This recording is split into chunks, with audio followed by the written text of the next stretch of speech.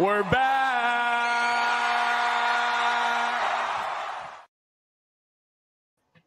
All right. Welcome back to another episode of Fire the Cannon. I'm Rocky. And I'm Megan, and we are Fire the Cannon. Boom. Love it. We did it. Welcome back, Megan. It was a bye week. Appreciate it. Yeah. Look, it's always nice to recover a little bit on those bye weeks. I am not mad about having 2 of them this year. I feel like that's happened before, but it's pretty rare to get 2 bye weeks in one year. Do you remember last time we had 2 bye weeks? No, but I think it helps a lot, especially because it's going to be a long year for the really good teams, and depth is going to be tested, and injuries are going to be tested, and mental. I mean, we'll talk about it. What Sark says, all the benefits of the bye week that'll be tested, and it's a long season, and it also helps the fans. I'm not that it matters more to us, but we need a break. We also need to spend some time at home or with our families or do all the other things. Let me tell you, I say this all the time, and I don't think people really get it until they show up or start helping with the setup of tailgates. It's a full season for hardcore tailgaters too. So I, for one, am grateful for an extra week to not have to worry about moving the trailer, dropping the trailer, bringing it back, throwing it every place, being there at 6 a.m., setup, breakdown. You know, those 16-hour days, they get after you after a little bit. So yeah, I'm certainly not mad about it. Too. Yeah. I mean, it was also a crazy weekend of college football. So just like Texas's first bye week, where there was crazy upsets and Bama went down, Tennessee, Missouri, Michigan, USC, Louisville, all these top 25 teams went down. Texas's first bye week. Then the second bye week, the same craziness, right? Penn State, A&M, Clemson, Iowa State, all these undefeateds went down. It was a crazy weekend. So Texas has been lucky to get the bye weeks where they get to just chill for a minute. Yeah, and watch and learn from the other teams. And all 4 of their next opponents we talked about are coming up. They got to watch them on Saturday, so that's good. No, it was definitely a good break for Texas. Came at a really good time in the season. And I'll say this too. I mean, we talk about what a grind the schedule is. And for years and years and years, I've been one that criticizes SEC teams for playing these cupcakes in November. I would much rather do what Texas is doing and have that additional bye week, but still schedule hard, early on, have some truly serious out of conference games early in the season versus scheduling an out of conference cupcake in November. So I appreciate what CDC is doing and what Texas athletics is doing. They're not backing down from anything, but also strategic about how they schedule. So I'm here for it. I hope we keep it up. And there is big scheduling news that we'll talk about, a new potential. It hasn't been signed and not signed yet, but it's coming. We'll talk about that, who's been added to the calendar for Texas football. We'll talk about Sark's press conference that he had on Monday and some of his responses to the things that we talked about, what they were going to be going into working on over the bye week. We've talked about the penalties, how they've addressed that. And then we'll talk about some football news, things happening, college football, crazy weekend. We'll talk about playoff projections. They're coming out tonight. The first college football playoff committee, rankings come out tonight. So we'll kind of see that. And it's also fun to look at where people have projected Texas and other teams to go and who we could face and where we could face them. I found some fun stuff on that. And I know we're going to talk about that. And you had a great question that you put online recently about, is it better for Texas to miss or a team to miss the SEC championship game and rest that weekend? We'll talk about it. Yeah, absolutely. We'll dive in for sure. Yeah. So, and then, of course, we have some fun top stories that we always like to talk about. All right. But let's catch up really quickly. Megan, how did you use the bye weekend? I feel like I slept a lot and I watched way too much football. And then also I am currently searching for new work. So I have been working on that resume and updating that and just applying like crazy. So super fun stuff. But it is. I'll tell you, it is the most miserable thing. I think this is probably why some people stay in jobs that they don't necessarily love, is building your resume and tweaking it and changing it for every single, application that you want to put in. It's work. It takes a lot of time. It's no fun, but I've got some good prospects, have a couple of interviews coming up. So I can't say it wasn't for a loss, but it definitely perhaps not the most fun way to spend it. Unfortunately, you had a little more fun, didn't you, on your bye week? Well, I mean, I watched a ridiculous amount of football, which was pretty great because usually we're getting bits and pieces, or we try to catch a game, like if we're at a game or traveling or whatever, try to catch a game and you can't, you're seeing it on a screen or you're catching a score and you don't really get to see the games. It was really good to just watch games from beginning to end, even though we had multiple games still going on.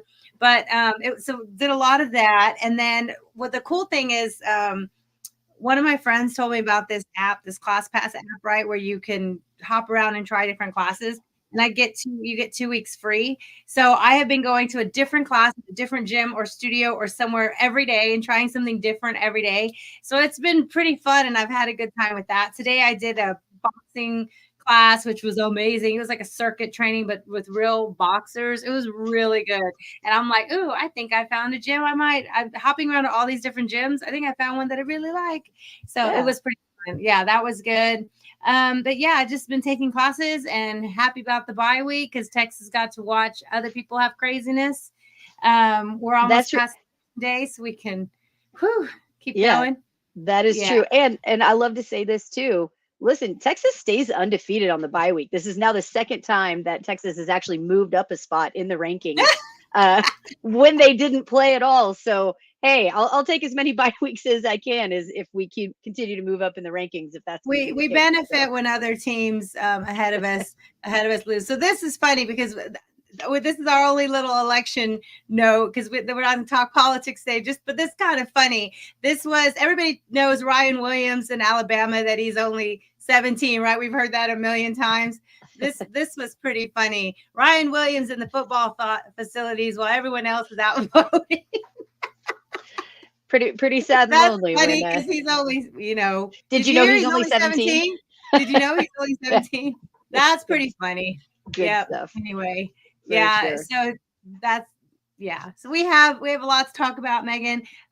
We know we watched last night I made stroganoff. You came over and we watched the Chiefs that went to overtime with the Buccaneers. That was an exciting game in the funky weather. Is Mahomes okay? Like, he took that funky twist on his ankle, jarred, it was kind of jarring. You had that injury, you had something similar? Yeah, it was that quick stop where I've done everything to my ankles. I swear, I've dislocated them. I have high sprain. I've done everything short of breaking an ankle. And by all accounts, my doctor said, it'd be better if you just broke your ankle because it's a faster recovery time than all this ligament damage that I've done. So yeah, I can appreciate the pain of where that comes from. But he had that quick stop on kind of a slick turf slick field, and it just kind of jarred him a little bit, kind of funny. So yeah, I think Mahomes will be okay. From the looks of it, they shot him up with some cortisone, rewrapped the ankle, and he was back out there again, doing what Mahomes does best and extending the plays and just making things hell for other defenses. I thought it was impressive. This is the first game that I can remember that I saw a NFL quarterback do a softball fast pitch to his guys. He had a lot of those quick pitches, but there was one in particular. I think it was towards the end of the first half.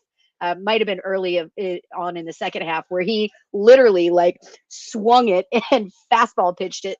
I think it was. Well, we know he was a baseball pitcher too, so he's got all the moves. He's got all the moves, right? Of course he does. Of course he does. And again, how do you defend against that? It's just absolutely nuts to me. And especially when he does that little half run up and then steps back and then boop right over their heads. He just makes it look so easy, and it's so hard to do. All right. So let's talk about Sark's press conference yesterday. We both watched it. We had a lot of questions going into the bye week of what they would be addressing. And we saw that Sark, he talked about it, what happened. So one of our biggest concerns was penalties, right? And what they could possibly do in the bye week to address so many penalties for so many yards over the last couple games. A lot of it self-inflicted wounds. We talked about how at Vanderbilt, gave up over 100 yards in penalties, literally cost 14 points, 14-point swing off the board with that late hit with Vernon Broughton. So brought back Kobe Black's pick six. So let's see what Sark said about how they fix the penalties in the bye week, and then we'll talk about it. Some of which, we really try to minimize the pre-snap stuff, the stuff, the lining up offsides, the jumping offsides, and then trying to look at our fundamentals and techniques on some of the things that happen in play. And I think we've addressed those things pretty well about, hand placement from the offensive line perspective, in the secondary, getting our head around when we're in phase on the deep ball. We've been really good, as aggressive as we've been of getting after the quarterback. We've been good about not targeting people and doing those types of things. So we just got to get back to our fundamentals, our beliefs, and how we go about our business, and I think we'll be okay.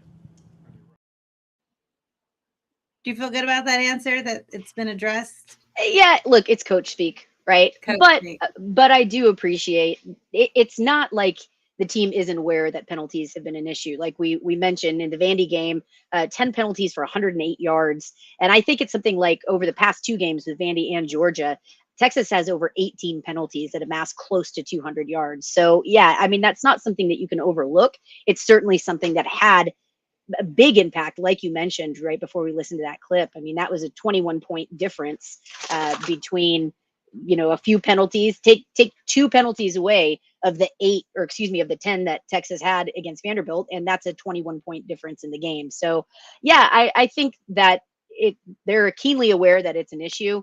Do I feel confident that they are addressing it? Yes. Do I think that Sark is going to give away what they're doing and how much he's absolutely getting on their asses about penalties? Probably not. I think we're going to hear more of the coach speak than anything. But yeah, I have faith in this coaching staff, and I know that penalties have been a big issue, especially the past couple of games for Texas. How do you feel about it? You a little worried?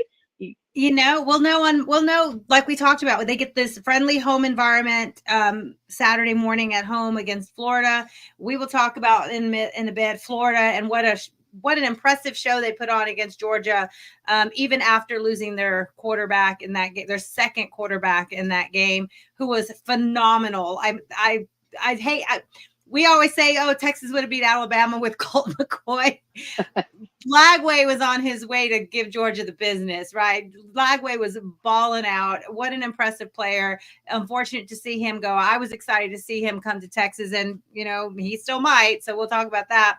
But I would say they're going to get a pretty comfortable environment in Austin on Saturday. So if ever there's an opportunity, Saturday morning, 11 a.m., he says he loves those 11 a.m. games. Let's see how focused and ready they are to not have self-inflicted wounds. If the first kickoff return or punt return is a holding that makes us start within our own 10 again, there's going to be questions about what was fixed. Yeah. What's going on? Yeah. I mean, do you feel that the penalty issue has been a matter of focus? Has it been a matter of, what is causing that? Because again, some of these have been pretty boneheaded on Texas's part, and some of them have been ticky-tacky. Do you think this is a culmination of things, or is this a lack of focus from a Texas team? I would say, well, if you want to address first, like the ticky-tacky ones, like Gunnar Helm laying somebody out and them losing their feet, but he gets called penalty because he's bigger, stronger. Yeah. We've seen a few like that. Holding, we went from couldn't beg for a holding call last year, and when we were the Big 12 refs, and now you have holding all the time with the SEC refs. Like, they're really drilling that. It seems like you can't hold back, though. If teach them right. if they're exercising the right technique at full effort, because Sark loves effort. If they're doing it at full effort and with commitment and everything, and the ref just sees it differently, what can you do about it, right? You still have to be 100%, but there's some things that are just the holding on the punt returns. They're so obvious, and some of them are so unnecessary and away from the play and didn't affect the play, and they still call it. But I guess they're watching for it. So they're watching for it. Yeah. Look, I think it's something with Texas where this team has, I will say, maybe from time to time, taken the eye off the prize for small moments in time. I don't think it's been something that has been problematic as a whole. It hadn't been a whole game, where we might have seen that a little bit last year, where Texas is playing up or down to competition. I don't think this team is doing that same thing this year, but I do think they're are times where they're just not quite as focused as they need to be. But I'd be willing to bet that in this off week, with this bye week, with given the past, penalties with the past 2 games, I think that's something that they are going to be hyper aware of here, and playing a clean game. But like you said, Rocky, that's not something you can't back away from it, right? You can't back away or let up on your intensity in the game for fear of getting a penalty. Now, play smart ball. Don't make boneheaded moves. Like I said, that last targeting penalty that we saw in the Vanderbilt game against Broughton, there was no reason for that, right? That was something Right. where, to me, that was a lapse of judgment. I know he's going hard. I know that motor is just turning, and he, and it's uncharacteristic for him, for the him. team. Sark Yeah. said it's uncharacteristic for the team to do that. Right. So those kind of late hit things, they're pretty clean, hard hitting, but clean team. So that's uncharacteristic. I'm sure he got the business for it, and that's how you learn and you move on. But Well, CB, you're right. Drive killing penalties. Killing the team. I don't know if I'd say killing the team. It is hurting, and you can't take that on the road to Arkansas. You can't take that into A&M, right?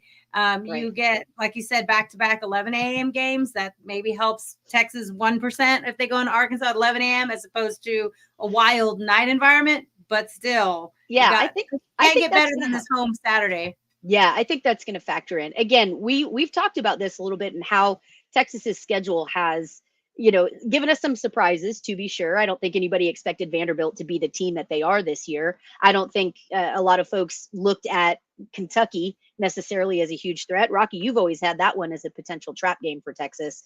But I don't know that the college football world was looking at it like that. But the way that Texas's schedule has played out, it looks like a stronger schedule than what we had given it credit for at the beginning of the season. That being said, the way that it is played out, given the times, given the timing of the bye weeks, I think has really truly worked in Texas's favor. And I think we're going to continue to see that. I hope we continue to see that with this bye week here. Time to relax, rest up.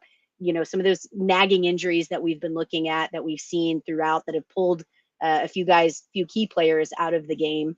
I think that's really going to help with Texas. And again, I think this is a good week for Texas to regroup, to focus, to get their collective crap together, right? And really focus on playing clean football, mistake-free football, because when Texas is clicking on all cylinders, when they're firing on all cylinders, this is a hard team to beat.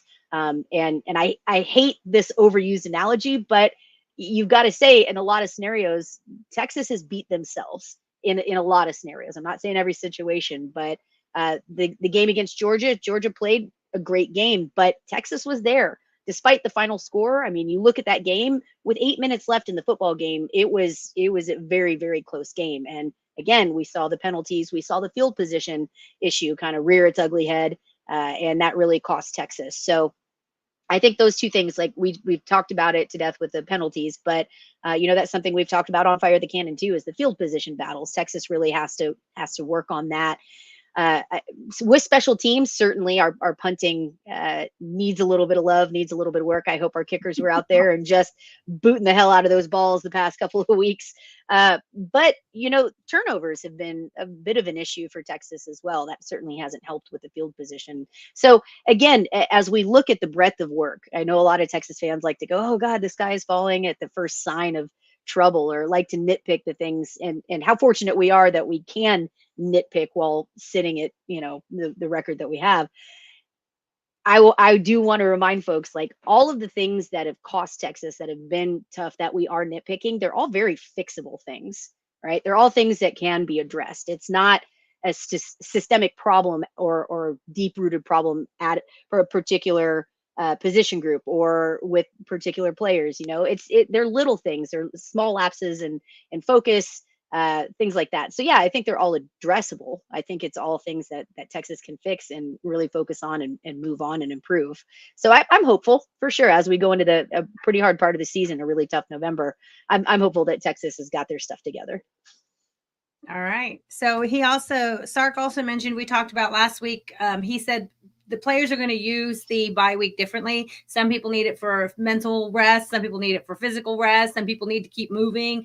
Everyone needs it differently. So he talked about how they used it. And then also he had a really great answer about how the sports science team, that he's a strong advocate for the sports science and the mental health science team that works with the athletes, how they help the players get through the bye week. No, I think the guys, what I loved about today's practice was the spirit, the energy, the intent. I thought there was a real sense of urgency at practice. There was real intent.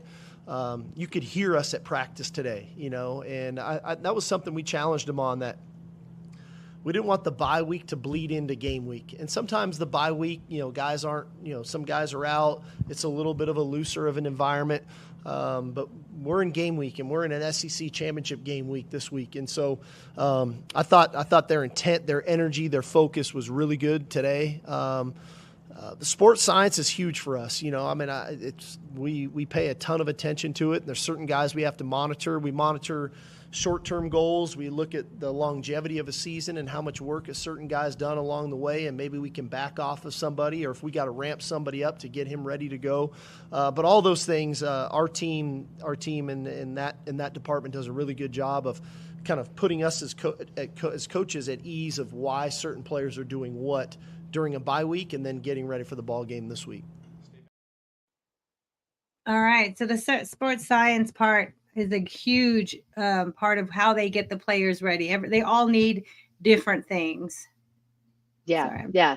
No, again, I love it. And I think it's the same thing that we've been talking about. Of course, like I said, we're talking heads, we're fans, we're not behind the scenes like everybody else is, like the team is, obviously. But I think he's hinting to that, right? Hinting on the focus, getting that focus back, getting the vibe back for Texas. Everybody, it's a long season. It's a tough season. Everybody getting the special care and treatment that they need to really pick up and be back and be ready for this next game coming up against it. Now, and again, look, we knew at the beginning of the season that Florida wasn't a very good team, but all of a sudden, here's that SEC schedule, and on any given day, anybody can win, kind of raising its head. Florida, they've had the roster. Yeah, they're playing tough football right now. So again, apologies for Toro joining in on the conversation, y'all. He has to pop in and join us at least once during a broadcast, right? But yeah, I think that's something that was really necessary for Texas to get back on track. And I think he said something, Coach Sark said something that I keyed in on pretty quick. Do you have that clip? Mm-hmm. It's loading. Yeah. Yeah, about the mojo. They asked him what one thing would he like to get going or have that he knows the team is on the right track. I'll play. I think for us as a team, our mojo offensively is one thing I want to get back. Our whether you want to call it our sense of urgency, our intent, the way we go about our business. We've got a talented group of guys that are very competitive. They're tough. They work really hard. They want to play well. Sometimes you can over-try, if that makes sense. And to me, that gets back into your mojo. That gets back into our swagger a little bit. And I want to try to recreate that with the guys because I know what we're capable of. And if we can get that clicking to go along with what we're doing defensively and special teams-wise, that would be a huge bonus. So they're trying too hard. Do you remember when Mike Brown said that? Maybe they're trying too hard. Yeah. I mean, you can't overthink. There's stress. There's pressure. There's, when Quinn went out with his injury, he's coming, and Arch Manning played well. He played well. He wasn't ready to go into an SEC gauntlet, but he played well. And you have all the national media, not in-house, not in DKR, not in Moncrief, but national media putting this, is there a QB battle? Is all those things. So you have, in addition to coming back and having to worry, is he going to take a big hit again? Is he going to derail his, NFL contract season, or all these things that must be going in his mind? Then you have this stirred up faux controversy happening and all the things that could be going on in his head. And is there a confidence issue? Is there thinking too much issue? Are they really thinking too much? Is there too much pressure happening? They were ranked number 1 in the country, like all these things that could be distractions. Yeah, no, I agree. yes, I think there's a lot of distractions. There's a lot of potential. Of course, we know Saban like to call the rat poison. There's a lot of different aspects to the game that can take your focus away and that can have an impact. I think this team has been focused. I don't think this Texas team is one so much that is bought into the rat poison per se, but I do think Mhm. it's human nature, right? Especially when you're going through those injuries, when you're having to rework your offense because of injuries, because of things that have happened. How does it not, especially at that quarterback situation like you were bringing up, how does it not linger in your head? There were a couple throws that we saw, I think during Vanderbilt, where we said, oh man, it kind of seems like he has the yips. Like there's nothing wrong with him. He's just not quite. He's just over processing. He's not just doing his thing. And I think that's really important when you've got a quarterback that's as smart, as football savvy, and as talented as Quinn Ewers is. I do think that can be kind of a factor sometimes, right? That tendency to overthink things and that tendency to like, look, man, just kick back, have fun with the game, do what you know to do. You've been doing this long enough. It comes second nature. And so, yeah, I think there is a bit of that finding balance. Don't overthink it. You know, go through your reads, do the things that you know to do. That's muscle memory at this point, right? And try not to overthink it.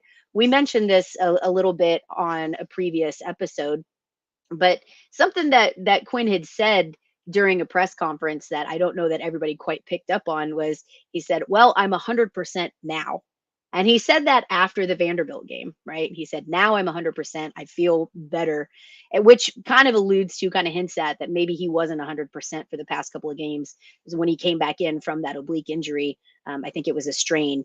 So I'm hoping that what we see, like you said, maybe that kind of twinge of an injury, that little nagging injury that he had been playing with, was kind of sitting in the back of his head, but now he's 100% and good to go. I think we're going to see a more clear-headed and Quinn Ewers moving forward. I think we're going to see a guy that's just out there having fun and playing good football. Right. Okay. So you mentioned this going into the gauntlet that's coming up this November. They called it You Remember November or something like that. It was pretty interesting to hear Sark talk about the focus that they will need, the mental focus, the physical work they will need to stay through the next 4 weeks, right? They kind of broke down the season, and the first quarter-ish was the out of conference games, and they won that. They went to Michigan and won. They handled business with the other out of conference games, and then the next part, you beat your rival Oklahoma, you falter at home against Georgia, but you handle business against Mississippi State and on the road to a top 25 Vanderbilt. And now they get a break, and here they're coming into Florida, Kentucky, like still big programs with big with NFL talent. He talked about their roster. You're going to look at those players and be like, wow, this is a real legit big strong team. I felt that way when we saw Mississippi State because we see UTSA Texas, we see ULM Texas, we see these teams, and when Mississippi State, and they're one of the worst playing teams right now in the SEC. They came in man on man against Texas. Like the size was impressive, and I'm like, okay, this is SEC team, even though they're not all going to be they may not win this game with Texas favored by 30 or whatever ridiculous number it was. Mississippi State was big boy football still. Florida is going to come in with that, passing that eyeball test, right, too. But let's hear Sark, what he says, what it's going to take to get through this November. We have Arkansas, at A&M. These are huge games. This is a lot of football to be played here in the month of November, and how critical all these games are over the next 4 weeks for a lot of different teams. The one thing that I took away from is all we can control is us and what we're going to do and how we can try to go handle our business to the best of our ability. I think one thing you learn, and not necessarily from A&M or from a bunch of teams that, had games and tough games and some swung in different directions, is like that mental intensity I talked about of how challenging that is week to week in this conference, right? You want to get up for each week, and you just got to fight that drop off because you got to stay up again and again and again. And that's what makes our conference very, very difficult. You have to stay mentally locked in as well as you have to be physically prepared to play, mentally prepared to play. And I think there was a lot of good teachable lessons from this weekend of anybody can go play anybody at any time in this league, and it's going to be a heck of a game. And so, we saw it with Vanderbilt, their ability to rebound and get a big win this weekend. We saw it with Florida playing Georgia the way that they did, even after losing their second-string quarterback. We saw it with South Carolina and their ability to step up and do what they did. So it's a challenging league, and that's why we talk about the kind of mental fortitude you have to have in this league as much as it is the physical ability. Mental and physical. There's a lot of football to be played here in the month of November. They're trying to get to January 20th, right? 130 something teams are trying to get to January 20th. 2 will make it. And it's a gauntlet. We'll look ahead in a few minutes at the projections of where people think Texas will go. But if they handle business, they can, they only have 1 loss right now. If they can afford 1 more loss, having 2 more losses may put them at the edge, depending on how those losses go. But if they handle business, they should be in the playoffs. They could still be in the SEC championship game.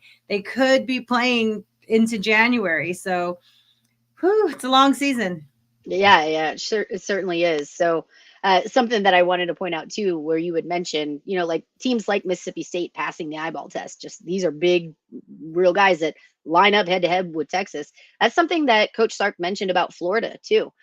He said, for those that are down on the sidelines, he was addressing the reporters. He said, look, those are the down on the sidelines. I think you guys are going to see Florida is probably the biggest team that we're going to face. These guys are monsters. They're big, big, big guys. So, there's, like you mentioned, there's no easy games moving forward. We know that. And we know that that's something that Texas is going to have to be on their game, both with skill and mentally. They're just going to have to be ready for it. So let's talk about it a little bit. What's it going to take? I know there's a little bit of concern, right, about how Texas has played the past couple of games, and Florida maybe coming on at the right time. What's it going to take for Texas to take on this Florida team, this very motivated Florida team? They're ready to upset somebody too, and prove that they deserve to be here as well. What are your thoughts? Billy Napier, according to Pete Thamel, Billy Napier said that DJ Lagway's apparent hamstring injury is less significant than anticipated, so he doesn't rule him out to against Texas. So, if that's coach speak or hopeful speak, or we'll know on Wednesday, tomorrow night, when the first injury reports come out for the weekend. So there's a question mark, right? There's a question mark about who will be the quarterback. We saw, they lost Graham Mertz earlier in the year. DJ Lagway came out and played, like I said a minute ago, played stellar against Georgia. Fantastic. He was outplaying, Carson Beck earlier in that game. It was a fantastic effort by Florida when no one counted them in that game, right? They were very much underdogs. But Napier very much made it a point to instill in the team and the young players and the veteran players that this is a huge rivalry. This rivalry matters. Here's the history, educated them on the history of this rivalry and how much it matters to play Georgia. And then, of course, Georgia being, the number 2 team in the country, you want to give them your best game. And they did. And I felt like Lagway was, Lagway was amazing. And he had this great leadership about him. So it's really unfortunate that he had that injury. If we see them in Austin, we don't know yet, but he's going to. Sark said that they have to prepare. What do you do when you don't know who the quarterback is going to be? And you prepare for the scheme, right? The scheme that Florida runs, the motions, the shifts, all those things that Florida does. You can prepare for that.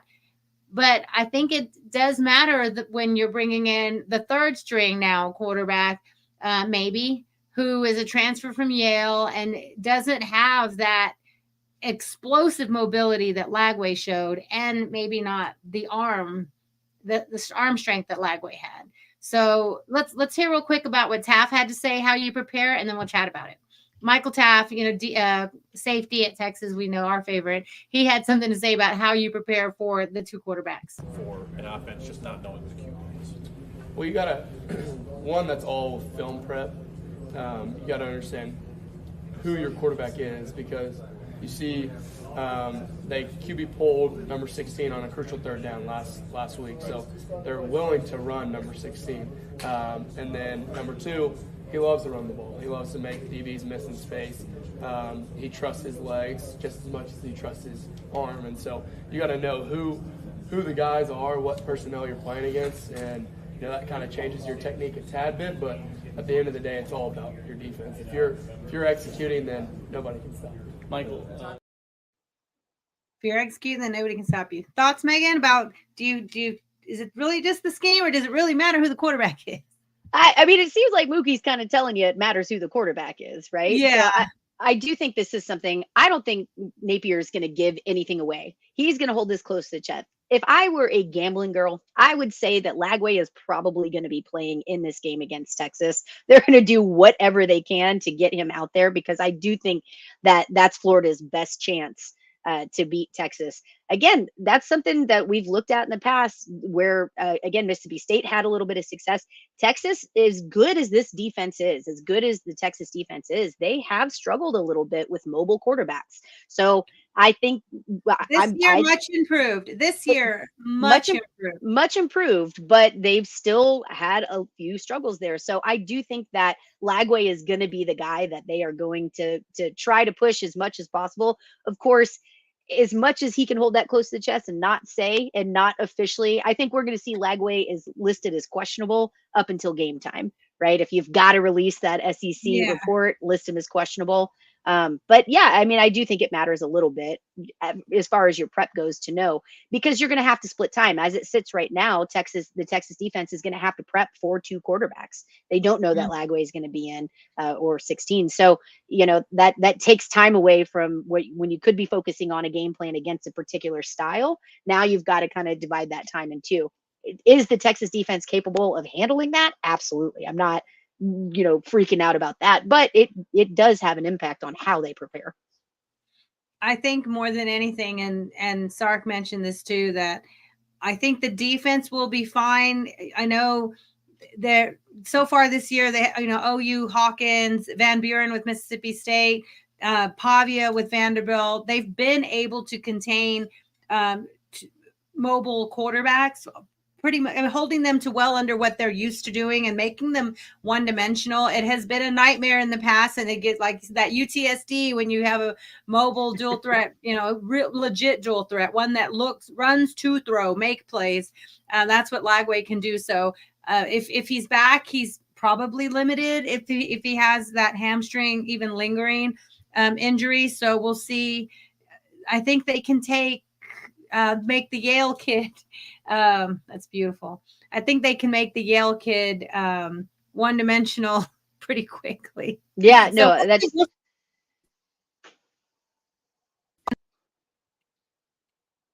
So, so they have all weeks planned for him as well. But also, I think the question is going to really be the defensive front of Florida. Sark talked about how they were, 11 different players, rotated through that front. So they have depth. They can stay fresh. They can challenge Texas's offensive line that really needs to prove something this week. They went from being considered one of the best in the country to a lot of questions, and they still have the talent. They still have the depth. They still have the schemes. Let's see them execute at a high level this week against a really talented Florida front. Yeah, absolutely. To that point with Texas offense, let's talk about that a little bit. Yes, okay. There have been some questions on the O-line, right? Like you mentioned, we were tooting the horn of the O-line coming in, and yeah, there've been a few questions. There've been some holes where they were kind of getting pushed around. Certainly against Georgia, that was a problem. But even through all of this, it sounds like a bunch of negative stuff, right? Where it sounds like we're piling on Texas. Let's not forget. Even with Texas's woes and their inability to move the ball the way that we want them to, Texas is still leading the nation through week 10 in offensive drive efficiency and scoring. They are up there. Indiana, of course, is the highest, followed pretty closely by Miami. You say Indiana, of course, as if anyone Well, expects Indiana, to be of course, an for this offensive year, efficient. undefeated You're Indiana. like, of course, Indiana has the best Right. offense. Well, they're undefeated in the Big Ten. No, I know, but it seems it's crazy. still It's crazy to shocking say. to say Indiana with Shocking to the offense. ear Yeah, to hear that, right? yeah. But yeah, they're up there as well. Miami is up there, but Texas is hanging right around where Oregon is, close to West Virginia, Ole Miss. So Texas's offense has still been efficient with Mhm. on their drives and scoring through week 10. So I don't want it to sound like it's all bad. Even and again, what a great position for us to be in, that we can sit here and bitch and moan about these little things. Oh, penalties have hurt us, but it hasn't cost us a game yet, right? Oh, Quinn isn't the perfect quarterback that we thought he was going to be, but we're still one of the most efficient scoring offenses that's out there. So yeah, And he there's a was lot the of highest rated offensive player at Vanderbilt. So our eyeballs get drama when something goes wrong, but really he played an efficient game, protected the ball, moved the chains. That's what he has to do, right? Exactly, exactly. And then when you couple that with Texas's defense, who's really just been playing lights out and absolutely Mhm. containing teams, when you combine that and look at most efficient teams overall, so this is opponent adjusted EPA in play through week 9. Again, Texas is right up there. Ohio State ranks pretty high. Tennessee is doing pretty well. Alabama and Texas are right there. So there's a lot to be positive about. There's a lot of good things. I think that we are seeing the effects of being this far into the season. There's film on Texas now, right? Teams know how to prep against Texas. They know what to do. They know how to come after them. But that being said, so Texas has the same film on them. So I think this again, I don't want to emphasize too much, but I don't think it's a small thing that Texas had this bye week to watch Florida play a really, really good game against Georgia.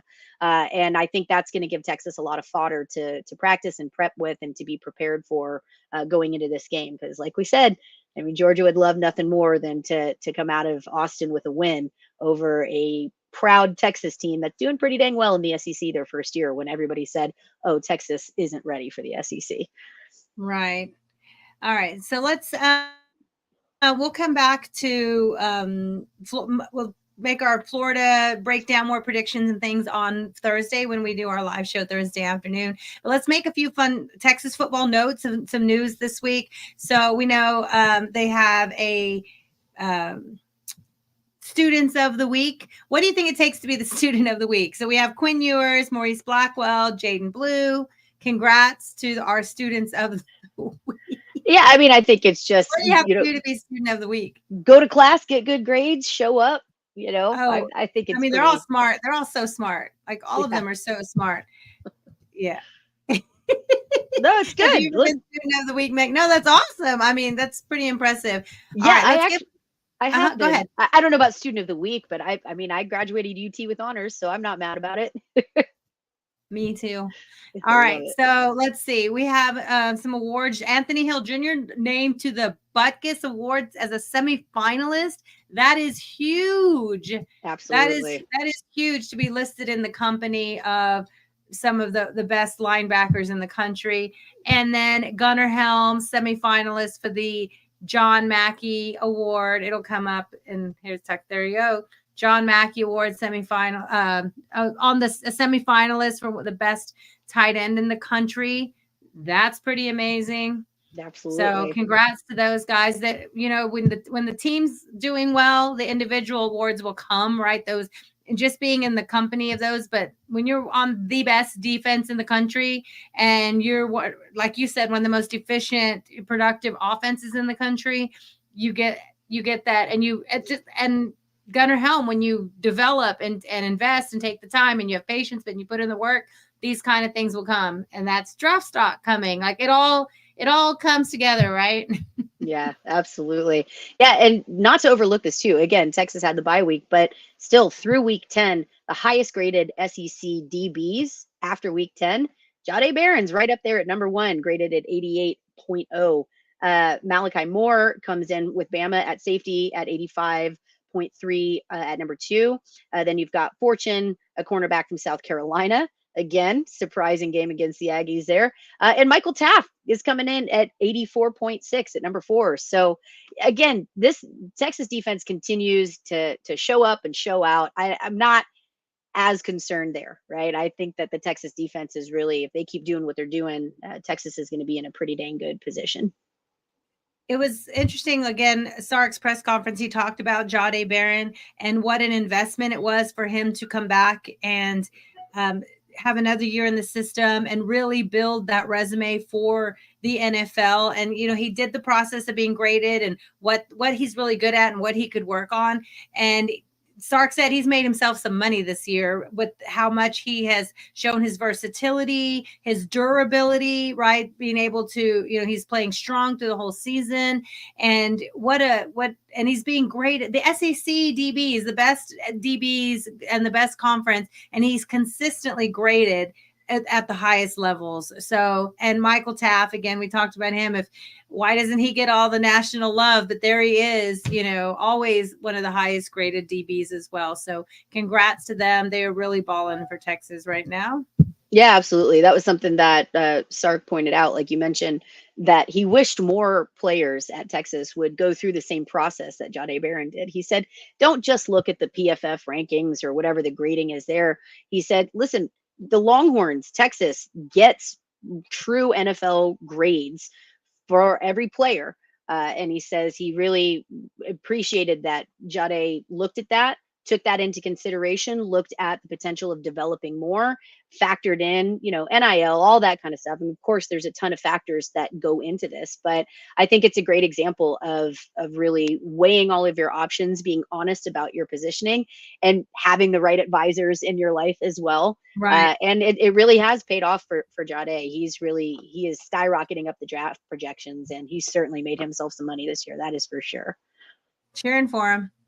All right. More news out of Texas football this week was the announcement that Notre Dame is probably most likely going to be on the schedule. We had them in the schedule a few years. Everybody remembers the amazing Tyrone Swoops, you know, play the 18-wheeler. And, you know, we went up to Notre Dame. It was a blast, rainy, awful day, but Texas got their asses kicked. So when that was the Charlie Strong days, right? And then Notre Dame comes to Austin and it's a live atmosphere. And that was the night they said Texas is back. And then, oh man, what a day. Anyway, so here we go. Notre Dame that's 24 now. So in 4 years and 5 years, BCS Joseph, I can't see Joseph Monero, but posted this, so I wanted to share. Look at this list of who Texas schedules: Notre Dame, USC, LSU, of course, because COVID, we didn't get the return year, but Arkansas, Alabama, before we were in conference with them, Michigan, Ohio State, home and away. Michigan comes back to us, and then Notre Dame. Who in the country schedules like that? Yeah. Again, like I said at the top of this program, I love that Texas doesn't back down from anybody and that they continue to schedule these hard out of conference games and marquee matchups at the beginning of the season rather than scooting it to a cupcake at the end of the season. I think it's really solid. Let me ask you this. Do you like the announcement of Notre Dame? Do you wish it was somebody else? Who would you like to see Texas put on their schedule in the future?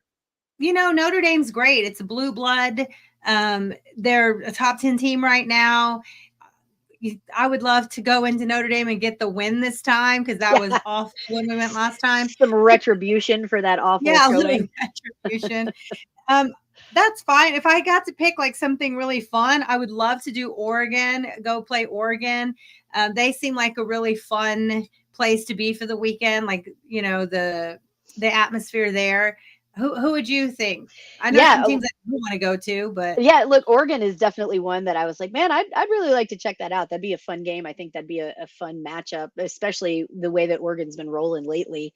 Penn State is one. I know you've got feelings on that, but Penn State is one. I think Happy Valley would be a cool place with two historic programs going up against each other. They shouldn't have a football program, and I'll stand by that the day I die. I know you will, but yeah, I mean, I think that would be a fun matchup. I love that we again are not scared to schedule the Michigans, the Ohio States.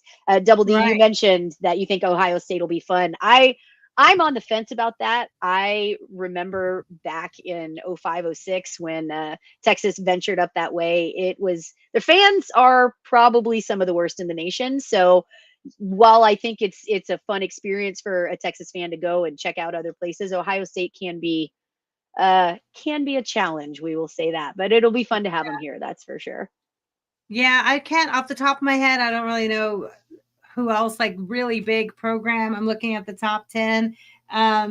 Definitely, I don't know. I would normally say, I don't know. I don't know. I guess Oregon right now is who I'm thinking. Let us know if there's someone that you think Texas should try to put on the schedule, whether the blue blood that you just got to get the Texas name against, or just a great stadium that you'd love, or fan base that you'd love to do home and away.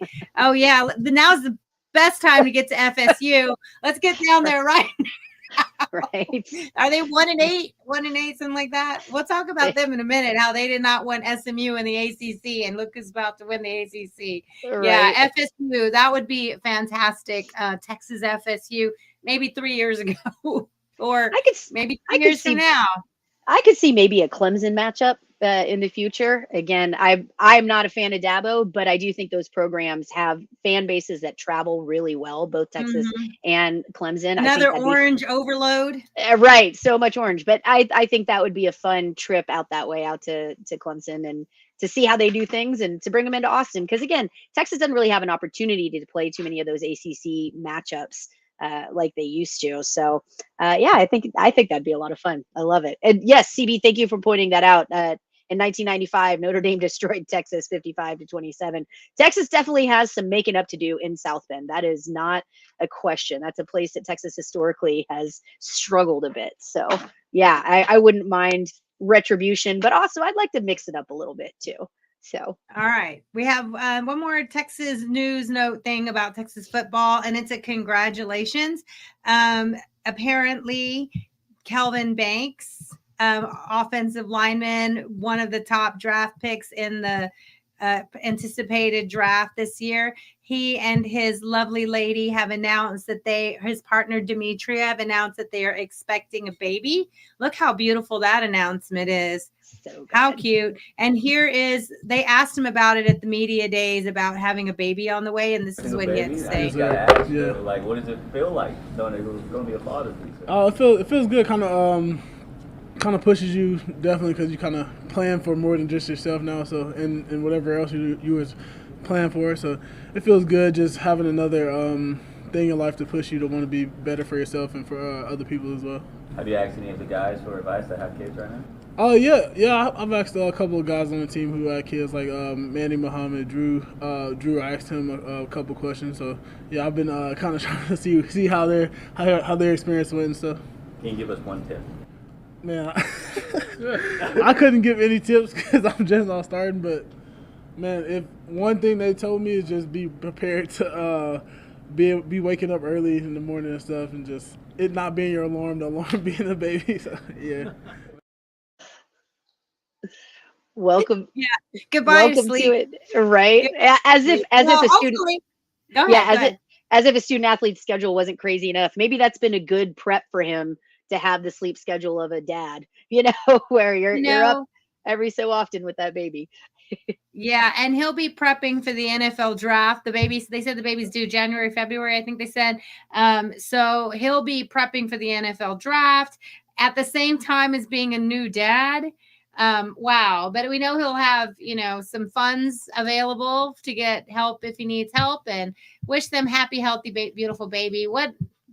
His whole new adventure, moving on to as a professional athlete and having a new family. That's congratulations. That's exciting. All right. So one last thing about Texas football, and then you want to talk about the crazy college football weekend? Let's do it. Rick Springfield. What's your favorite Rick Springfield song? I mean, I got to go with Jesse's Girl, right? That's right. It's a classic. It is a classic. Yeah. Rick Springfield, he is at LCL, Longhorn City Limits, after the game on Saturday. We know the game against Florida is 11 a.m. So 3:30 or so, whatever time that is.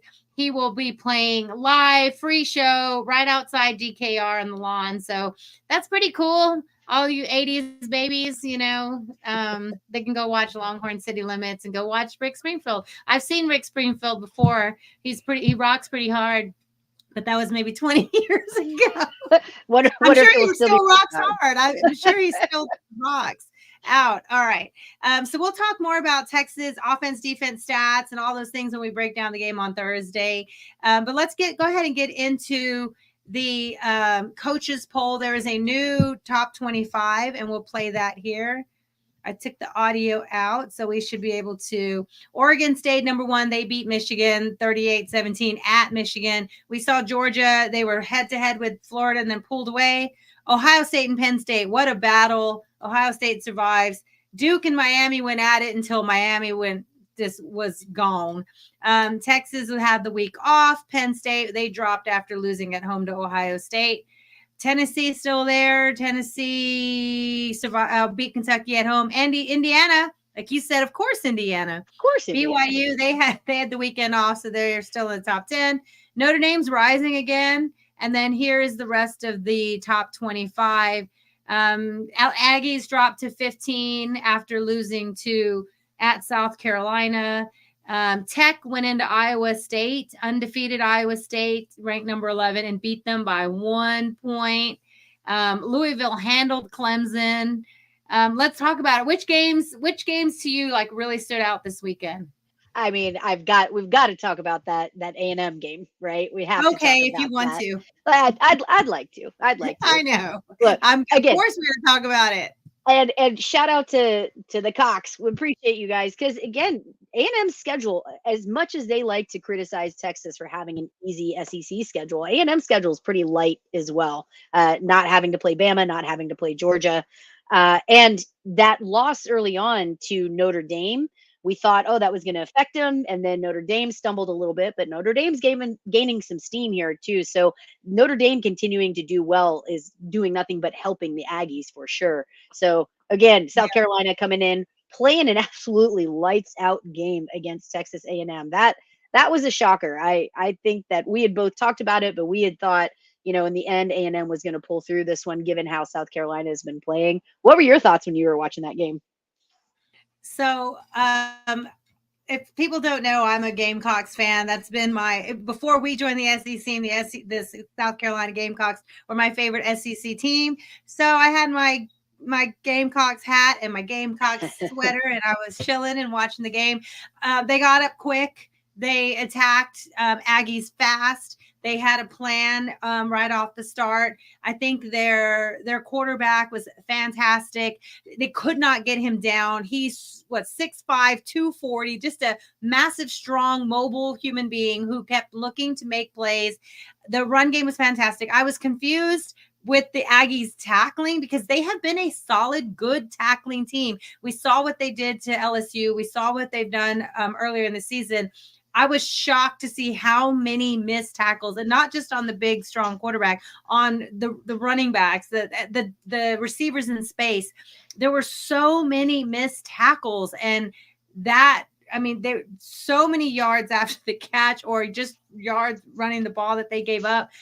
I was surprised by that.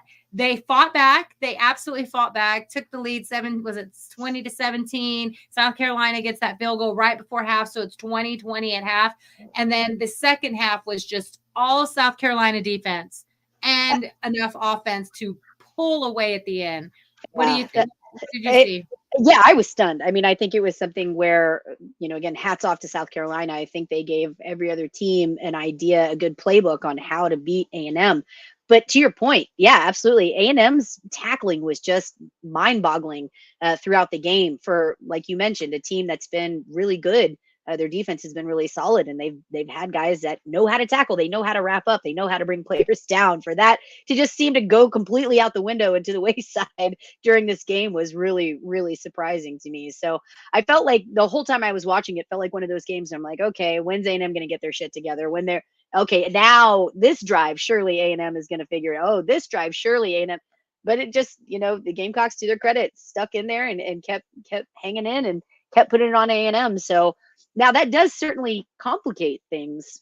Again, as Texas fans, we love it. But it does kind of muddy the waters with the potential of the different options. I wanted to share this with us for the SEC, what that looks like, potential SEC championship. Looking forward. Do we want to talk about, can I bring that up now, or do we want to talk about that in a little bit? For the SEC championship, go ahead. Yeah, so with that loss, with A&M's loss, and again, I want to shout out to Robert Behrens for this. He said, if Texas loses to Florida, which we don't think will happen, but if Texas loses to Florida, Georgia loses to Ole Miss, LSU loses to Bama, Tennessee loses to Georgia, and A&M loses to Texas, the regular season would end with Alabama, Georgia, LSU, Missouri, Ole Miss, Tennessee, Texas, and Texas A&M in an 8-way tie for the SEC championship. So all that's not going to happen, but yeah, I don't know though. Like some of those, all that has to happen. That's a lot. That's a lot of upsets. That's counting on a lot of upsets. Yeah, yes and no. Again, I think that the Texas possible, Florida, yes, probable, no, but there will be three. There could easily be 3-4-way tie, easily. Right? 8-way, oh, that's tough. But 3 or 4-way, absolutely. And then you get into all the different common opponents and this and that, and all this, calculus to figure. I mean, there's steps, but it would be tough to see who gets the SEC championship. In a few minutes, we got to talk about if it's better for Texas or a team to not have to play in the Sark said the goal is the SEC championship game. But is it the best if you have to play that week? We'll talk about it. Yeah. So I want to show you. Go ahead. No, go ahead. I want to show you the rushing the field. So we've talked about this before. This is South Carolina rushing the field after beating the Aggies, tearing down their hedges. And it reminds me of Tennessee where they were falling off the wall. Remember, that was hilarious. Rushing the field. The coach even says that his kid wanted them to rush the field at some point. And I'll just leave it playing while we talk. What is your thought? Like, this was a big upset against a top 10 team. They were the underdogs, but only by a field goal. But still, they beat a top 10 team. They whooped them. And rushing the field, yeah, that's good. Here, you're all right with it? At Texas, we don't rush the field, but yeah, absolutely. I think South Carolina deserves this, especially given kind of where their program has been and what they've been going. Again, watching those videos, it seems like the hedges were tackling better than the Aggies were, right? But yeah, look, again, it's not something that I want to see Texas do. It's certainly something we've been on the receiving end for because we are Texas, and even in down years, people love to beat Texas. So, at least, and I mentioned this after the game, I tweeted this out, the consolation prize for A&M losing that game is, hey, Aggies, at least you're a team that people want to rush the field against now, right? That is true. Not for nothing. I mean, A&M has improved. Again, I would say I've been really impressed with the job that Elko has done at A&M this year with the talent that he's had. He's really built it up a lot faster than I think a lot of folks anticipated. So absolutely.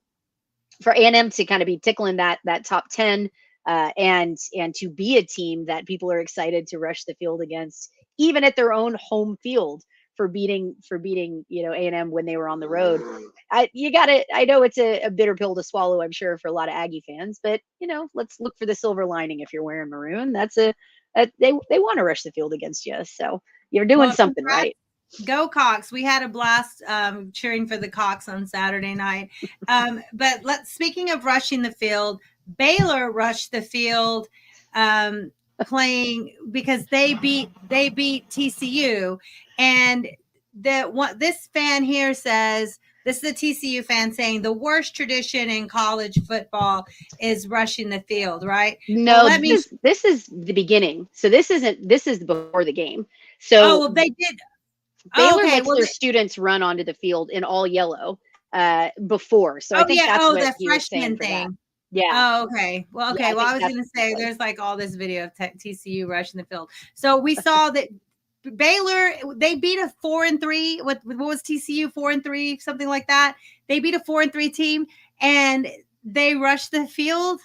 Yes, Baylor's no. pretty terrible. Baylor's pretty terrible. They I will were say also like 3-3 or something. Like they were a comparable team. where I will defend Baylor in this sense, and I can't believe I'm doing this because I hate Baylor with the from the depths of my soul, but that the Baylor and TCU rivalry is actually a pretty intense. I think it's a sneakily intense rivalry. People don't realize how much those two schools hate each other. The two super Christian schools, right? The private Baylor and then Texas Christian University. It's like the Bible, the battle of the Bible Belt, I feel like. But that's really turned into, I think they call it the Blue Bonnet battle or something now. But there's no love lost between those two teams. So again, is it something I want to see Texas do? Absolutely not. Do I understand between those two teams why it would happen no matter what their record was? Yeah, I can understand it. I don't know that I'm going to give it my stamp of approval, but I understand it. Okay, well, I would say it's pretty embarrassing that they did this was Briles. The players were the 2013-14 Baylor team that won the Big 12 championship. They were being honored, which is great, but they decided while being honored that they should wear #CAB, which the Coach Art Briles. Yeah. Briles. And several of them are wearing that. We know the big controversy. It's not even a controversy. We know the why Art Briles was kicked out of Waco and all the things that went to that, and the danger he allowed on that campus. And it was pretty fascinating to talk with some of our younger friends who are college students now who would say, oh yeah, that's why we didn't apply to Baylor. That's why some of our girlfriends didn't apply to Baylor, because the history of what he did at Baylor. And they're celebrating him here, like advocating for him. I understand you're advocating for your coach. But that was, what are your thoughts on that? Them wearing the Coach Art Briles shirts? Again, they're adults. They can do what they want. I think it was in poor taste. I think if I were Baylor and I was on the PR team, right, and I'm allowing those guys on, I'd be like, nope, you're not wearing that. Put on a Baylor shirt. We're not going to make this a controversy. We're supposed to be, again, they're using their platform, and I'll sit here and say I appreciate it's free speech, all that things, but I think it was in poor taste, and I think it was real silly. So exactly, they have a right to do it. It's a bad look. Yeah, agreed wholeheartedly. If you love your coach, it's like if you love your dad, but if he's in prison for something awful, do you I don't know. All right, Leah Van, she's our friend. We've interviewed her on the show before. She's amazing. She addressed the article. So another thing happening with Art Briles is that they've named a high school after him or something in Stevensville. The stadium is being named after him. And she's like, why is nobody talking about it? And she wrote the article.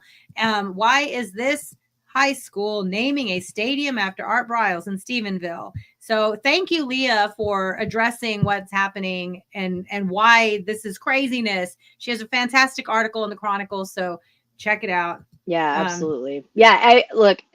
I think we have, as women who love sports, I think it's fair. We have a fair position on this to say it's really disheartening to see somebody like Art Briles being glorified and being praised with the huge role that he played in the rape scandal, with the cover-ups and actively. I mean, again, I don't want to hear the scapegoating thing. I think the only sense that there's a lot of folks that say, oh, Coach Art Briles was being scapegoated.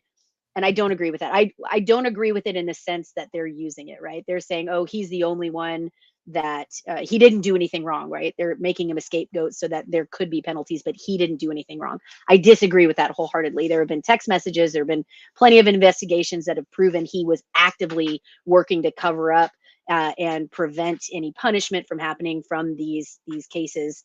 The only thing that I might agree with the scapegoating is that there should have been harsher penalties for more people, but it shouldn't have avoided Art Briles. Art Briles should have been, he got everything that he deserved. He should have been fired. He should have been let go and not allowed to coach again, but there should have been more penalties for other people as well. So that's the only caveat that I would give to folks saying he got scapegoated, is that there should have been other people too. Oh, I agree. All right, so let's quickly, before we wrap up, like greater college football and move to the college football playoffs. I know there's a lot to talk about with the playoffs, just because it's fascinating. The ACC, we saw Miami pull away from Duke at the end. The Fighting Malik Murphys fought hard, and then until they didn't. I mean, Cam Ward is just amazing. But Yeah. SMU is now selling out games again at their stadium. They just had alumni weekend, and they beat undefeated Pitt by 23 points. They're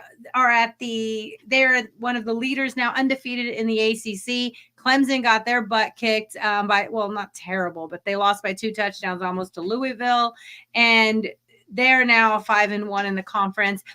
The reason I bring this up is because Florida State had a hissy fit when SMU was going to join the ACC, didn't want them there, said they couldn't compete. And let's take a look at these standings. There's FSU down at the bottom with Cal, and SMU is at the top. SMU's schedule looks very favorable to finish the season.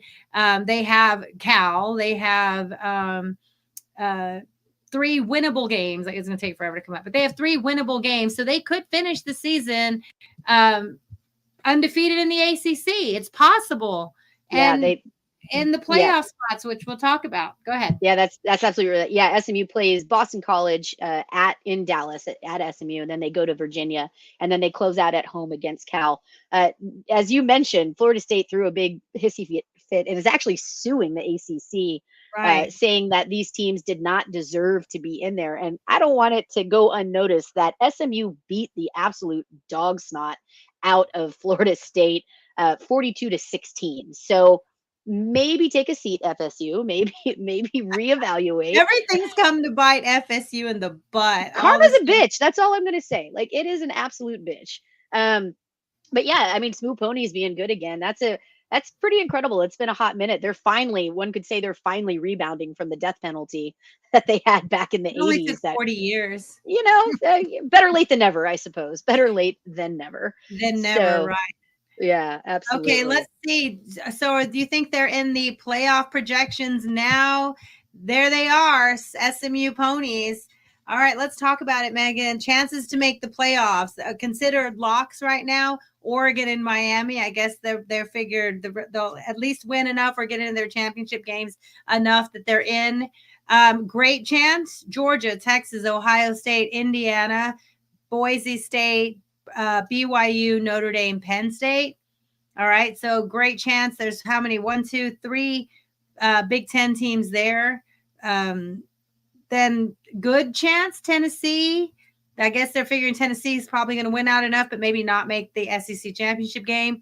Tough schedule, Control their own destiny. Tell me your thoughts on this control your own destiny line. They have the Aggies, Pitt, Army, Iowa State, LSU, Bama. Yeah, I mean, like we talked about a little bit earlier with the SEC, that's a lot of those teams in there. Again, A&M went out and you're doing yourself favors. Same with Iowa State. I think Iowa State was really surprised with that Texas Tech, the loss to Texas Tech, as Iowa State was previously undefeated and Tech has not been having the best of all seasons. So I think that's another case. Iowa State really does control their own destiny in the sense that a lot of folks expected Oklahoma State to be a better team than they have showed to be this year. So Iowa State, same thing. You win out, you win the Big 12, and you really are in control of your own destiny. LSU and Alabama, both of those teams too. I mentioned a little bit earlier with that crazy scenario where it could be an 8-way cluster F in the SEC, but same thing here. LSU and Bama, as long as they continue to win, if they go in, they help themselves out. Again, that factors into a little bit of a crazy, mind-breaking scenario with the SEC championship and how do the tiebreakers work and who's in and who's not. But yeah, I mean, certainly A&M again has proven themselves really well. They've now got 1 loss. So more and more, we keep seeing that this game against Texas at the end of the year is going to have huge ramifications for both teams involved, if not for all of the SEC. So yeah, it's going to be a lot of crazy football coming up here and a lot of really meaningful football.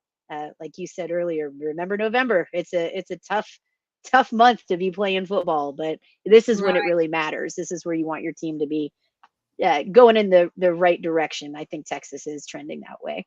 How about you? What are your thoughts on this? So for the two SEC teams that they have listed as great chance, being Georgia and Texas, that means College Football Report is predicting Texas to be in the SEC championship game, which means winning out the rest of their games. Like they have to win out. They have to beat A&M. Right now, A&M still only has one loss in the SEC conference. Georgia only one loss. So there's all these only one loss teams. There's still no undefeateds anymore. But so that means that they have Texas winning out, a great chance they have of winning out and getting into the SEC championship game. So let's talk about it, Megan. You had a great post about, is it better for a team to not have to play in that championship game, use that time to rest? Maybe, they're going to get the conference winners will get that bye, but so you'll get a bye either way. If you are a conference, the top 4 team, you get that bye week, but you would have had to have played in another game before the bye. So what do you think, Megan? Is it better to have to get to play in the SEC championship game, win a conference championship, or lose a conference championship, risk injury, not get that extra week? What do you think? I don't know. This one is really tough for me. It's hard as a fan. You always want to see your team do well, get all the accolades, continue to plug on. But I think the reality of it here is the more football that you play, the more likely you are to have problems. The more likely you are to lose, the more likely you are to suffer injuries. So I'm really torn on that fence. As much as I would love for Texas to go in and absolutely dominate and win the SEC in the first year that they're there, there are certainly arguments to be made that you might be better off. Again, a lot of people are saying, oh, look, if you win your championship, well, then you get a bye week. Yeah, but if you're sitting out the championship game, you get a bye week as well. So with the way that the schedule is stacked up and the way that you're just, the potential to play football back to back to back to back to back, you do really kind of have to think, is it a better scenario to sit out, to be that third team where you're still ranked high in the playoff bracket, and you still have the chance to host a home game, but you're not necessarily having to fight through a really tough game. I don't know. I'm still torn on it. I think my heart of hearts, I still want to see Texas go. I still want to see Texas win, but I can justify it to myself and feel just fine if Texas doesn't make it. How about you? Where are you sitting at? There's something to be said about getting that second home game as well, like sitting out the bye week. Even if you play in a championship game, win or lose, that's you want to win it. If you're in it, you need to win it, because if you don't win it, the very next weekend you could be packing up and traveling far away somewhere, right? So you have if you win that game, then you get the next week to rest, and you get a home week after that other team has had to probably travel and go far away to play. So there's advantages and disadvantages to both. And there's also something to be said about momentum and rhythm, right? And keep playing. But yes, you do risk the extra injury when you have that extra game. So yeah, there's pros and cons both ways. And it also depends what seed you are. If you're seeded 5, who do you get to play? You might be at home and have somebody come across the country to you. So being in Austin, we're in the middle of everywhere, which is great when we're going out, but it does help people when they come to central of the city.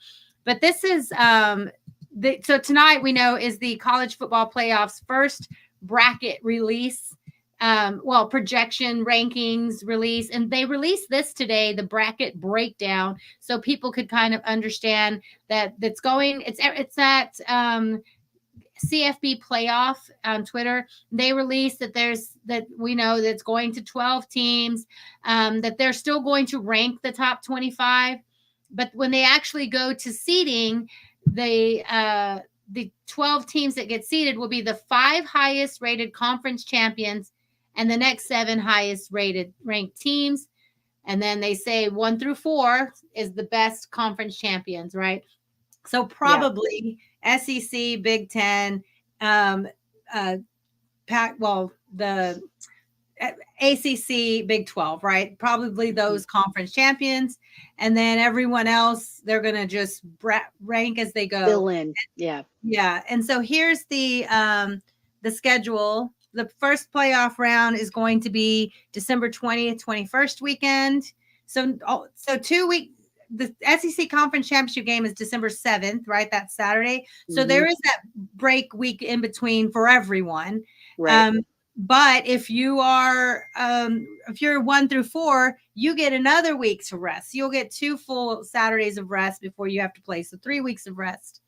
And then 10 days later, they go to 1 through 4, and then the semifinals, and then the championship. So now after that, they're playing every 10 days. So, whew. Yeah, it's a grind, man. It is an absolutely crazy schedule. And thank you, CB. Yes, the CFP rankings are being revealed literally as we're talking right now. So far, they have released number 25 all the way up to 10. So we can take a look at that real quick if we want to.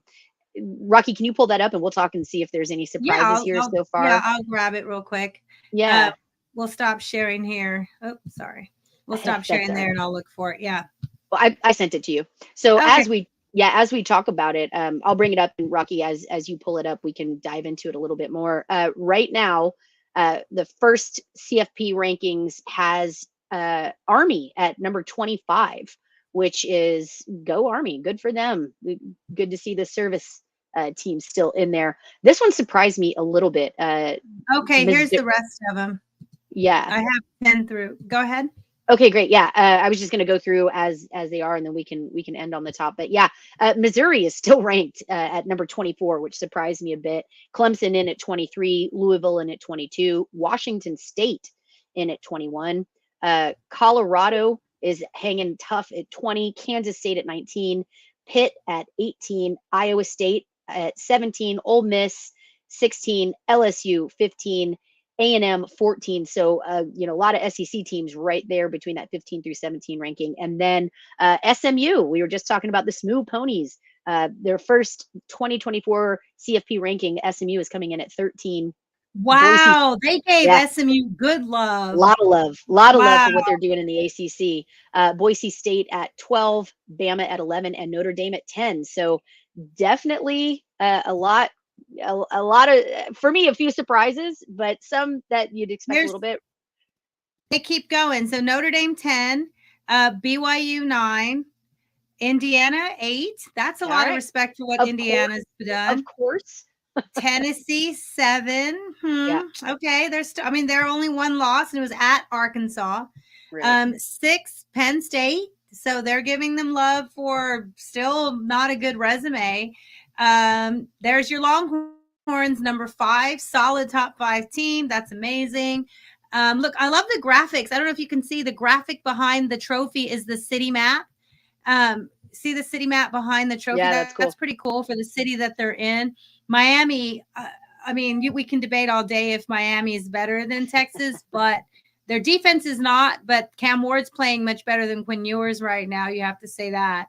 Georgia, number 3, I guess, yeah. Ohio State 2. They went into Penn State and won a physical game. And then we all know that would leave Oregon to be number 1. So There you go. As we're talking, we're breaking news of the first college football playoff bracket. Yeah. So were there any surprises there for you? Did anything that caught you off guard? SMU being given a lot of love. Good for them. Because they do have a solid resume. We talked about earlier. They just put a whooping on undefeated Pitt. They beat the snot out of, not a good FSU team, but they've had good wins. And the undefeated in the ACC. It's a good conference. So absolutely. What do you think? Anything surprise you? Yeah, again, SMU up there, good for them. I'm surprised that Missouri is still hanging tough in the top 25, to be honest. I think they are a team that's been exposed and had a lot of hype. Why are they in the top 25? I didn't know that. Oh, they're number 24. Team? That surprised me to see them there. Again, credit to A&M for hanging in where they are. They are listed once again at I believe number 14, just above LSU at 15 and Ole Miss at 16. So lot of scrapping still going on there, which I think is going to be really interesting. if these rankings stand according to USA Today, that means that number 3 Georgia would get a first round bye. They would be a number 2 seed in the bracket. Number 4 Miami would get a first round bye. They'd be the number 3 seed in the bracket. BYU would get a first round bye and be the 4th seed in the bracket. They would So, jump and again, all the way up to a 4 seed, even though they're ranked number 9. Number 9, correct. Yeah. So kind of interesting to see how that would play out. Again, I think there are a lot of scenarios where, we asked the question earlier, does it make sense? Is it better to miss your championship game? Like, depending on where you're ranked, does it make more sense for you to miss your championship game, get an extra week of rest, and move on as you go into the college football playoffs? And I think the answer to that is it's complicated, right? I'm sorry. Go ahead. No, you're fine. Yeah, I think if you go in and you play that game, you better be sure to win it and guarantee yourself, a really high spot there. And of course, that first week bye, or first round bye. Rocky, what are you thinking? I was just gonna say, taking Texas's position right now, the only reason I say that you got to get into that SEC championship game is because in order to get in, you're probably going head to head with the Aggies for it. They have a pretty light schedule until they get back to Texas. I mean, well, they could still lose at Auburn, but they should win at Auburn. They should get to Texas with no more losses. They'd be favored. So that spot, especially because Georgia would be the other 1-loss team, and they have the head to head over Texas. If you have Texas and Georgia fighting for the last spot in the SEC championship game, that's the reason you want to get in it, because you need to keep the Aggies out of it. You need to be the one that wins that game and gets to the There's way more on the line. There's so much more on the line than just the rivalry. And if you're 2 losses in the SEC, and then that would give the Aggies 3 losses, which probably gets them all the way out of the playoffs altogether. Yeah. You want to win that game and get into the SEC championship. There's so much on the line by that point. Yeah. Again, there's so many scenarios that play out, but again, like we've been talking, like it looks like this is something where, man, that last game of the season, that matchup between Texas and Texas A&M is going to have some serious implications. The most of this season, of any game that either of these teams have played this season. And I would argue this might be one of the most important games in this rivalry. In the history of this rivalry, like with the implications given where both teams are and how they're playing and what's at stake for that championship level play. So huge. Pretty incredible.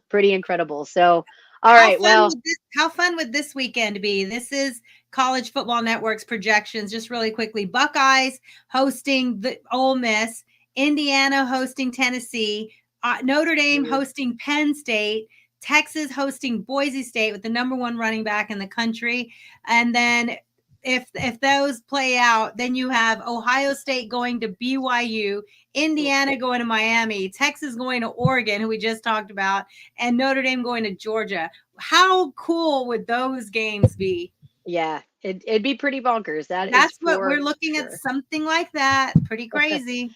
Yeah, absolutely. Well, hey, like we've said before, you've got to appreciate the parity in football right now. I think college football is some of the best it's ever been, and I'm going to give credit to NIL and to the transfer portal for really leveling the playing field and making this an interesting damn season. That is for sure nothing to be missed. So. All right. Well, we'll wrap up. We just have a couple fun news things to share. Last night, Trey Johnson, even though it was a loss, Texas men's basketball had their debut against a tournament team, Ohio State. But let's talk about Trey Johnson, true freshman, breaking KD's record for most points in an opening performance as a true freshman. 29 points, 5 rebounds, 4 assists, 2 steals, 1 block. Superstar in the making. Let's all cheer Friday night. They have their home opener here in Austin at the Moody Center. I'll be there. It's going to be so fun. Texas basketball, women's basketball also this Sunday have their home opener. Sorry, we have to say Texas volleyball lost to another rival. Yeah. Volleyball does seem to be in a bit of a slump right now, and a slump that we haven't seen. I would say a lot of folks haven't seen. If you've just started watching volleyball, this is new. Texas on a 3-game 3-game slump right now in conference. And the last time that happened, I believe, was in the 80s. I'm sure CB will call me on that if I'm wrong, but it's been a while since Texas has lost volleyball at home. It's certainly in conference games. So hopefully they can get that squared up. They can get that figured out and go from there. So, all right. Last thing, Megan. We've all seen that Florida Georgia game cop fight, right? And then we saw the video of why the cop beat the crap out of him. And you know what? He fucked around and he found out. But, yeah. Let's talk about just really quick. Everybody knows Yolanda Saldivar is the woman who killed Selena. She's eligible for parole. It's been 30 years. 30 years. She's eligible for parole this year. When this has come up before, I needs to keep her ass in prison. Yeah, look, when this has come up before, there, babe. Exactly. It's come up before, and I think she's probably way safer in prison than she would be. Certainly, she can't live anywhere in Texas. I can tell you that much. She's got to get. I think half the country is like, yeah, ooh, that could unite the country right now. Is Yolanda Saldivar, right? Hate for her, right? Hatred that unites. What a lovely message to end the show on today. I appreciate that. No, we did a great job not talking any. Well, except that one funny meme of the election that was funny, right. but that's no, right. That's funny though. Saldivar, stay your ass in prison. Yeah, no doubt. All right, y'all. Well, we appreciate you for joining us on this special live episode of Fire the Cannon on a Tuesday night. We hope you keep your sanity tonight. We know there's, some other kind of rankings going on tonight where that affect the country. We hope whoever you're rooting for, we hope your team wins. We hope that you're drinking in victory rather than drinking in defeat. So as always, we appreciate y'all being here. Please be sure to like and subscribe. We are Fire the Cannon podcast on YouTube and on X and on Instagram. We are Fire the Cannon and the number 1. As always, y'all, thanks again. I am Megan. I'm Rocky. And we are Fire the Cannon. Till next time. Bye.